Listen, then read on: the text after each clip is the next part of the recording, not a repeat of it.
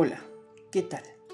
Yo soy Francisco Cortés y estás escuchando La Ola del Tiempo. En el episodio anterior, el emperador Uda intentó sentar las bases para recuperar la independencia de los emperadores que habían estado sometidos a los Fujiwara por casi 50 años. Sus años de gobierno, conocidos como el gobierno de Kampyo, marcaron el inicio de un gran florecimiento de una cultura japonesa independiente de la cultura china. Logró mantener a los clanes controlados y equilibrados en gran medida, pero al abdicar en nombre de su hijo, el emperador Daigo, las cosas cambiaron lentamente y los Fujiwara regresaron al poder poco a poco. Fujiwara Tokihira, hijo de Mototsune, recuperó la hegemonía de su clan y preparó el camino para volver a ocupar cargos de regencia. Sin embargo, murió joven, a los 39 años, en el año 909. Y su muerte solo fue la primera de una serie de calamidades que cayeron sobre la corte del emperador Daigo en los siguientes años, como veremos a continuación. Ya en otros episodios les he platicado de los Onryo, espíritus vengativos de personas que habían sido arruinadas por alguien más de manera injusta. Hoy, el relato girará en torno a uno de los Onryos considerados más poderosos y terribles por los japoneses, el más antiguo de los llamados Nihon Sandai Onryo, es decir, los tres grandes espíritus vengativos de Japón. Este es el espíritu de Sugawara Michizane. Como seguramente recordarán, Sugawara Michizane fue uno de los consejeros más cercanos y leales al emperador Uda. Fue embajador en China, el responsable de que se cancelaran definitivamente los viajes diplomáticos a este país. También fue un pilar importante durante el gobierno de la era Kampyo, pues junto al emperador Uda logró mantener el control político de la corte. Fue uno de los consejeros más importantes durante los primeros años del reinado del emperador Daigo, hasta que fue desplazado y finalmente arruinado por las acusaciones de traición que Fujiwara Tokihiro hizo sobre él en el año 901. A causa de esto, fue degradado de su cargo como ministro y fue enviado al exilio en Kyushu, donde finalmente murió en el año 903 a la edad de 58 años. Las crónicas mencionan que en días cercanos a la muerte de Michizane, la ciudad de Kioto sufrió por lluvias torrenciales anormales. Esto ocasionó graves inundaciones en la capital. Y aunque en ese momento no se relacionaron ambos hechos, autores posteriores mencionaron que este seguramente fue el primer signo de la ira sobrenatural que se había desatado en Japón. En los años siguientes a su muerte, Fujiwara Tokihira acaparó el poder, aunque no logró ser nombrado Kanpaku, pues las leyes que el emperador Uda, con ayuda de Sugawara Michizane, habían creado para evitarlo aún estaban vigentes. Pero en la práctica, todas las decisiones de gobierno eran tomadas por él. Esta era fue bautizada como la era Enji y a su estructura de gobierno se le llamó el gobierno de Enji, contrastando con el anterior gobierno de Kampyo que habían liderado el emperador Uda y Michizane. Durante el gobierno de Enji, la corte se basó en un nuevo código legal que se compiló entre el año 905 y el año 927 por instrucciones de Tokihira. Y en este código se echaban por tierra las reformas creadas por el emperador Uda para mantener independiente al emperador y sentó las bases del gobierno de los regentes de manera legal. En el año 905 ocurrió otra tragedia, pues una sequía asoló la región cercana a la capital, produciendo una importante hambruna durante ese año, e incluso algunas epidemias. Un año después, de manera terrible, Nuevas lluvias torrenciales causaron ahora inundaciones y eso ocasionó nuevas pérdidas de las cosechas que aumentaron la crisis. En el año 908, un suceso comenzó a preocupar a los miembros de la corte, pues Fujiwara Sugane fue fulminado por un rayo. Fujiwara Sugane había sido alumno de Sugawara Michizane, pero este lo había traicionado al bloquear mensajes que el emperador Uda le había entregado para que llegaran a su hijo, el emperador Daigo, y en los cuales abogaba por Michizane para intentar evitar su destierro. Aún no se atribuía este suceso al espíritu vengativo de Michizane. Durante estos años, Fujiwara Tokihira comenzó a debilitarse físicamente.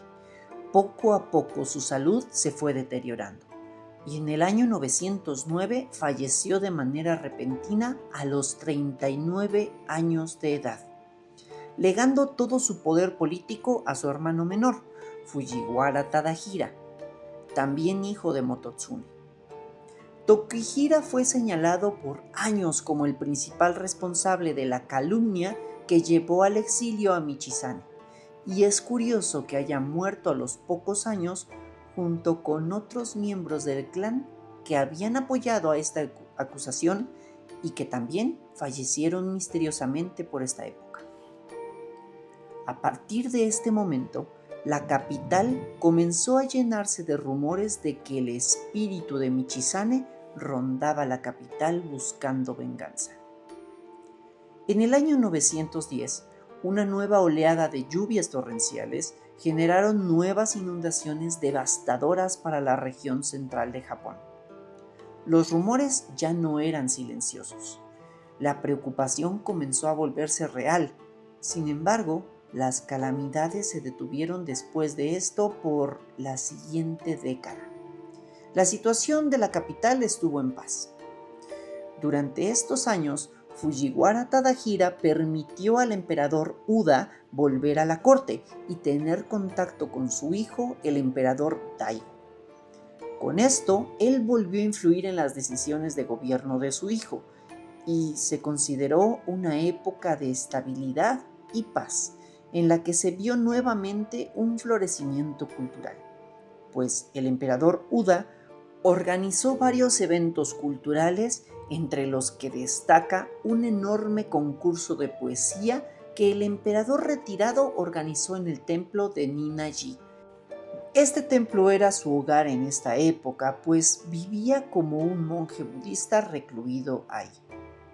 Sin embargo, tenía mucha injerencia e influencia en las decisiones de su hijo, a costa de la influencia de Tadahira.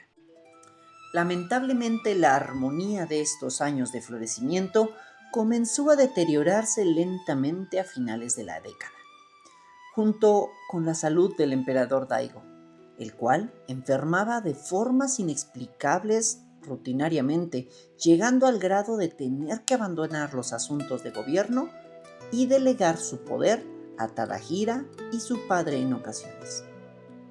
En el año 923, el príncipe heredero Yasuo Akira falleció de forma repentina a sus 20 años de edad. Él era hijo del emperador Daigo con la emperatriz Fujiwara Onko, la que era hermana de Tokihira y Tadahira. Había sido nombrado heredero después de nacer y había crecido siendo preparado para gobernar. Incluso durante los últimos años se creía que su padre abdicaría en cualquier momento en su nombre debido a su mala salud. El príncipe era un joven aparentemente fuerte y sano, por lo que su muerte reavivó los rumores de la venganza sobrenatural de Michizane. El príncipe, por fortuna, ya tenía un hijo a estas alturas con Fujiwara Nisenko, la hija de Tokihira, así que decidió nombrarlo heredero. Se llamaba Yoshiyori, pero solo tenía 2 años, y esto retrasó la ya esperada abdicación del emperador Daigo.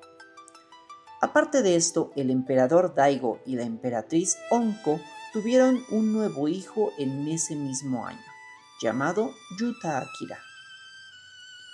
Toda esta situación motivó al emperador Daigo y a Tadahira a ordenar la restauración póstuma de los títulos y rangos de Sugawara Michizane, pues ya era imposible para ellos ignorar las señales de la existencia de su espíritu vengativo. Los registros de su degradación y exilio fueron quemados e incluso se le otorgó un ascenso en los registros legales, recuperando también así el prestigio de sus hijos y su familia. Pese a estos intentos por apaciguar al Onryo, el príncipe heredero Yoshiyori falleció 2 años después, en el año 925, a la edad de 4 años, lo cual hizo enloquecer a los cortesanos, pues fue nuevamente una muerte repentina, sin indicios de enfermedad o debilidades previas. En este momento se decidió nombrar heredero al príncipe Yuta Akira, que solo tenía 2 años de edad, y 1 año después nació otro hijo de Daigo y Onko, el príncipe Nari Akira. Lo peor estaba por venir. 5 años después de esto, el emperador Daigo se encontraba en una reunión organizada en el Gran Salón de Seryoden. Esta reunión tenía como finalidad la celebración de rituales de oración para solicitar la lluvia a los dioses, pues la región estaba siendo afectada por una terrible sequía. Los rituales se llevaban a cabo con normalidad, cuando a media tarde comenzó a notarse la formación de nubes que se acercaban a la ciudad desde el oeste. Todos los presentes creían que los rituales estaban empezando a funcionar, pero antes de que una sola gota cayera sobre el palacio, las nubes, ahora negras, comenzaron a oscurecer la luz del sol, y a las 4 de la tarde, de repente y sin previo aviso, un rayo iluminó la densa oscuridad del palacio, golpeando directamente el salón en donde estaban reunidos todos los miembros más importantes de la corte imperial. El caos se hizo presente de manera inmediata. Después del rayo comenzó una fuerte tormenta y una serie de rayos siguientes golpearon distintos puntos del palacio de Heian, generando de manera repentina incendios por doquier. Media hora después de que empezó la tormenta, de repente paró. El cielo se despejó, al menos de las nubes, pues las columnas de humo que los incendios habían provocado seguían oscureciendo el firmamento. El primer rayo no solo afectó el edificio, al parecer, según cuentan las crónicas, golpeó directamente a Fujiwara Kiyotsuki, terminando inmediatamente con su vida. 28 años antes, este hombre había sido enviado por Tokihira a vigilar a Sugawara Michizane en su exilio, fungiendo básicamente como su carcelero. Otros Fujiwara resultaron heridos durante los incendios o directamente por los rayos. Varios murieron días después por sus lesiones. Otros quedaron con marcas o lesiones por el resto de sus vidas. También hubo otros cortesanos de otras familias que fueron afectados, pero casi ninguno de ellos resultó herido de gravedad, principalmente con la excepción de 2 guardias que también fueron alcanzados por rayos. Desde este momento se le atribuyó a Sugawara Michizane un estatus divino. Comenzó a ser identificado como un dios con potestad sobre los rayos y se ordenó la construcción de un santuario dedicado a él. El santuario todavía existe hasta la actualidad. Se llama Kitano Tenman-gu y se encuentra en la ciudad de Kioto. La intención de construirle un santuario fue intentar aplacar su ira. El emperador Daigo vio todo el caos con sus propios ojos y quedó sumamente afectado por la situación. Aunque no resultó herido durante la tormenta, cayó en cama y ya no se levantaría de ahí. Falleció 3 meses después. Pese a todo este caos, el reinado del emperador Daigo fue el más largo desde el reinado de la emperatriz Suiko, casi 200 años antes, y es reconocido junto con el de su padre, el emperador Uda, como una época de florecimiento cultural. Juntos sentaron las bases de la cultura japonesa propia e independiente, sin influencia de la cultura china. Durante su reinado floreció la poesía, e incluso esta época sirvió de escenario para la primer novela japonesa de la historia, llamada El cuento de Genji, que fue escrita casi un siglo después de la muerte del emperador Daigo por una mujer. El príncipe heredero Yuta Akira ascendió en ese momento al trono, con el nombre de emperador Susaku, a la edad de 7 años, por lo que la necesidad de un regente volvió a aparecer. Pero el emperador Uda rápidamente tomó al niño emperador bajo su tutela y con esto tomó el control del gobierno. Lamentablemente el emperador Uda ya era un anciano para este momento y aunque intentó realizar esta última defensa de la libertad de su nieto y los futuros emperadores, falleció un año después, a los 65 años. En este momento, Fujiwara Tadahira, el tío del emperador, fue nombrado por los miembros de la corte como Seisho. Los Fujiwara habían recuperado el título después de casi 50 años de perderlo. Durante los siguientes años, la memoria de Sugawara Michizane se vería completamente transformada. Se dice que en sus últimos años de vida, mientras estaba exiliado en Kyushu, subió al monte Tempaizan a adorar a Indra y Brahma, los dos dioses guardianes del cielo según la mitología budista. En esa adoración, ellos le concedieron el poder divino para llevar a cabo su venganza después de morir. Los japoneses le otorgaron el nombre de Tenjin, el cual se ha convertido en uno de los dioses shinto-budistas más venerados en la actualidad. A Tenjin se le atribuyeron originalmente poderes destructivos, principalmente relacionados con los rayos y los incendios, pero al pasar de los siglos comenzó a ser venerado por la faceta de sabio que tuvo en vida, rememorando su etapa como un gran poeta y filósofo antes de que fuera exiliado, por lo cual en la actualidad es considerado el dios de la sabiduría y el estudio. Es el patrono de los académicos, poetas y escritores. Volviendo a nuestro relato, el reinado del emperador Susaku marcaría un punto de inflexión en la historia japonesa, pues a partir de este momento el sistema de gobierno Ritsuryo, basado en la política china, comenzó a abandonarse de manera definitiva. Pero ese ya es tema para el siguiente episodio. Antes de despedirme, quiero hacer una aclaración importante. Los hechos que les he narrado el día de hoy y que podrían parecer completamente sobrenaturales e inventados, no son inventos ni exageraciones mías.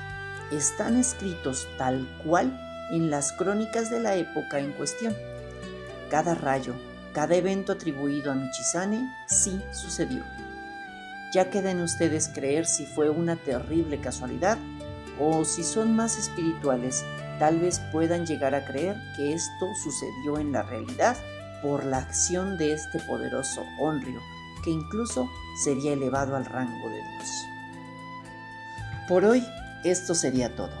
Les agradezco mucho su atención y disculpen si el capítulo es un poco más corto, pero los eventos que siguen no me daría tiempo de ni siquiera empezar a mencionarlos. Si les gustó este contenido, no olviden seguirme aquí y en el Instagram @laoladeltiempo. Déjenme sus comentarios para saber qué les está pareciendo este podcast. Quiero tener su retroalimentación. Recomienden el podcast a todos sus conocidos que les pudiera interesar la historia japonesa. También recuerden darle clic a la campanita para que no se les pase ningún nuevo episodio. Sin más por el momento, les deseo una buena mañana, tarde o noche, sea cual sea la hora en la que me están escuchando. Regreso la semana entrante con más rebeliones en las provincias. Hasta luego.